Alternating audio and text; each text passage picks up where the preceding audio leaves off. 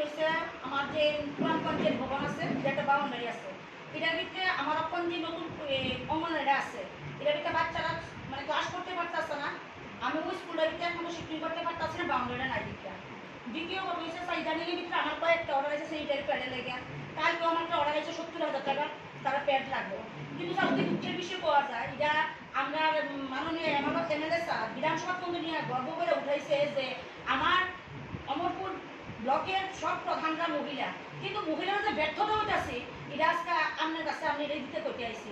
আজ অব্দি স্যার আপনি করতে পারবেন যে আমি জানি কিন্তু ইনভাইট করছিলাম যে সেন্টার বেনিফিশিয়াল উদ্বোধন হয়, আমরা টাকা শ্বশুর শ্রাদ্ধ করবেন, গেছেন না, ভালো কথা। কিন্তু আজ পর্যন্ত কিন্তু আমি ভিজিট করলেন না গিয়ে সেটা যে আমরা দেখি যে আরেকটা রেজাল্টটা তারা মেশিনটা বয়সে এটা কি হারে চলতেছে, কি কাজ হইতেছে না হইতেছে, আপনি কিন্তু আজ পর্যন্ত জিজ্ঞেস করছেন না। তাহলে আমরা কিন্তু প্রধানমন্ত্রীর যে স্বপ্ন যে দিদিরা নিজের পায়ে নিজে ধারা, কিন্তু সেই স্বপ্নটাই কিন্তু আজকে আমরা দেখতেছি ভাইঙ্গা যাচ্ছে না। কারণ প্রত্যেক দিন আমার যে মিডিয়া দাদারা আছে তারা কল্যাণে, যেহেতু এটা মিডিয়া আইসে মানুষের কাছে প্রচারে গেছে, তাহলে মানুষ আমাদের অর্ডার করতেছে, কিন্তু আমি সেই মূল্যে কিন্তু মাল দিতে পারতেছি না। আমি তো এই কথা বলতে পারতেছি না যে আমার ভিডিও বুঝতে নিতেছে না, আমি আগে কেমনে জানো আর কেমনে আগামো সারি আমার খাটি সারি করতেছে না, কোনো দায়িত্ব করতেছে না, এই একটা বিষয়। আর একটা বিষয় স্যার, আমি যে মহিলা বান্ধব নিয়ে কাজ করতেছি, তো আমি কাজ কেমনে করতেছি কি করতেছি আমার অফিসে ডাইরেক্টর আইব, কিন্তু প্রতিনিয়ত আমার ইনচার্জরা এসে ইলেকশন ডিউটিতে আমি ফেলাই রাখছে। কিন্তু আমরা বিগত সময় স্যার দেখছি যারা জিপির যখন ইলেকশন হইতো শুধু জিপির ইনচার্জে থাকতো, আর যখন বিসি ইলেকশন করাইতো বিসি ইনচার্জে থাকতো। কিন্তু তখন দেখা গেছে জিপি বিসি যা আছে সবাই উঠে নামে ব্লকে বসায় রাখছেন।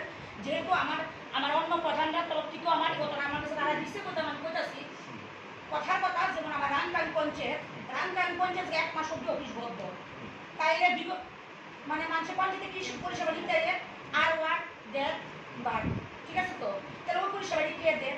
এমন আছে আপনি কোনো প্রধানের কাছে বা অফিসে কোনো আপনি চিঠিও দিয়েছেন যে ইনচার্জ 1 মাস অফিসে বন্ধ থাকবো, তাহলে প্রধান জনগণ আইতো তখন দেখা দিত যে ইনচার্জ ওখানে নাই, ব্লকে কাজ করতেছে, এমনও কিন্তু না স্যার। বিষয় হচ্ছে আমরা কত সাধারণ যারা প্রধান আছি আমরা এইসব ভুক্তভোগী হইতেছে, ঠিক আছে না? আমরা উন্নয়নমূলক কাজ বন্ধ হয়ে গেছে, আমরা সব দিকে আমরা প্যারাশনি বুক করতেছি, সাধারণ জনের কাছে প্রশ্ন উত্তর স্যার আমরা ফেস করতেছি, তিনি কি করা পঞ্চা। আর এটা আমার একটা কথা উত্তর দেন স্যার প্লিজ। আজকে 3 মাস হয়েছে আমার কেন স্যার স্কিম উঠে আমরা একটু বলতেছেন না স্যার? আমার পঞ্চায়েত সবই কষ্ট করেন, আমি একটু উত্তর দিই। আমার পঞ্চায়েত স্যার 2 টাকা কাজের লেগে পাঠাচ্ছি, এস্টিমেট আমরা পাইতেছি না স্যার। আমরা পঞ্চায়েত বীরগঞ্জ পঞ্চায়েত থেকে এস্টিমেটের লেগে পাঠাচ্ছি, আমরা এপ্রুভাল পাইতেছি না।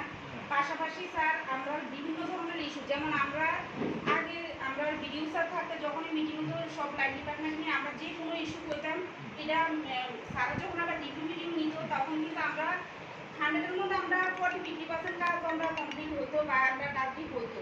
কখন দেখা যাচ্ছে স্যার বিভিন্ন ধরনের লাইন ডিপার্টমেন্ট যারা আছে কোনো ডিপার্টমেন্টের দিকে কাজ হইতেছে না স্যার। এইসব জিনিসটি যদি স্যার আপনি না দেখেন, আপনি অথরিটি, তাহলে আমরা কার কাছে যাবো? আপনি তো লাইন ডিপার্টমেন্টগুলি ঠিকভাবে স্যার দেখভাল করতে বলতে, তারা কি কারণে পঞ্চায়েতের উপরে কাজ করতেছে না? এটা স্যার আর সবচেয়ে বড় কথা হয়েছে, আগে যখন আমি লাইন ডিপার্টমেন্টের কাছে ফোন করতাম তারা কাজ করুক বা না করুক তারা কিন্তু খুব নর্মভাবে আনসারটা দিত।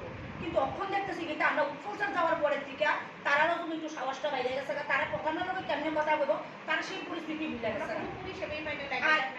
অ্যাকচুয়ালি যেটা হইব না, রিভিউ মিটিং করতে আসছে, আমার লাইন ডিপার্টমেন্টের সঙ্গে আমরা যোগাযোগ করতে আসছে, তারা হইব। স্যার নমস্কার, আমি পশ্চিমডালা পঞ্চায়েতের প্রধান।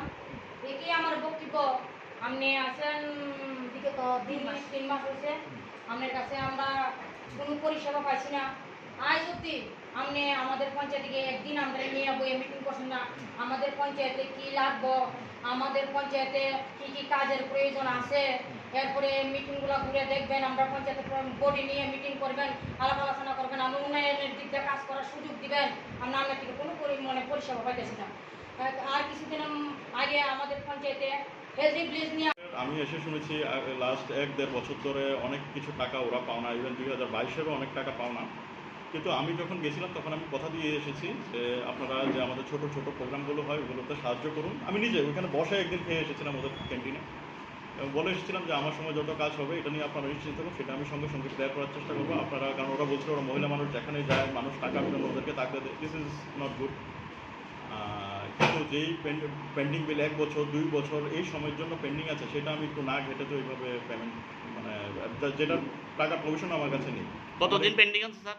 1 বছর 1.5 বছর আগের ভিডিও সাহেবের আমলেরও পেমেন্ট আছে। পেমেন্ট আছে।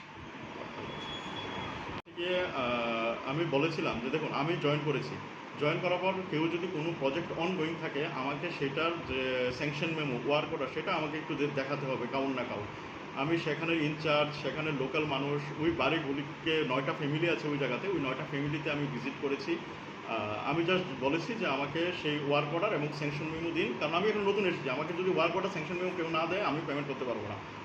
পরে যেটা শুনেছি সেটা কাজে কোনো ওয়ার্ক অর্ডার স্যাংশন মেমো নেই, এই যেহেতু নেই সেটা তো